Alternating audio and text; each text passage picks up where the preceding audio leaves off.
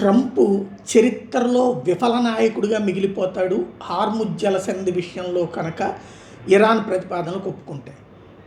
ఐక్యరాజ్య సమితిలో Russia Iran దేశాలు దిక్కుమాలిన గేమ్ ఆడినాయి.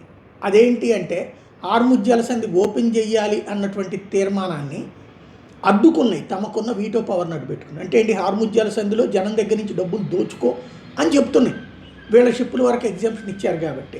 కానీ అదే చైనా కూడా డబ్బులు వసూలు చేసింది. చైనా దగ్గర నుంచి కూడా ఒక్కొక్కళ్ళ దగ్గర నుంచి $2 మిలియన్ వసూలు చేసిన షిప్పులు పంపించింది. అయినా సరే ఇలాగ చేయమనినే చైనా చెప్తున్నాయి.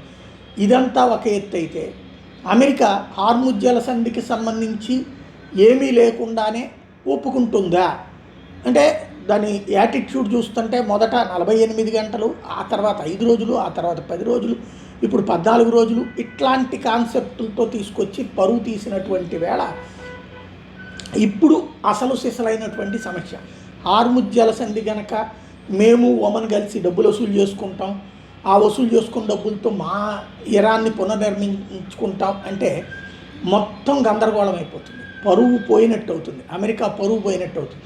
అంటే అంతకుముందు ప్రశాంతంగా ఉన్న హార్ముజ్ జలసంధిని తీసుకెళ్ళి వాడి చేతికి అప్పచెప్పినట్టు అవుతుంది.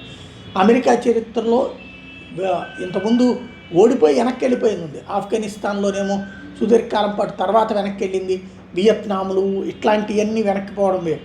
బట్ ఆయా దేశాలు కూడా నాశనమైనవి. కానీ ఇక్కడ ఆ దేశాన్ని లాభపరిచి తను పోతున్నాడు, ప్రపంచానికి ఒక గుదిబండని తగిలించిపోతున్నాడు.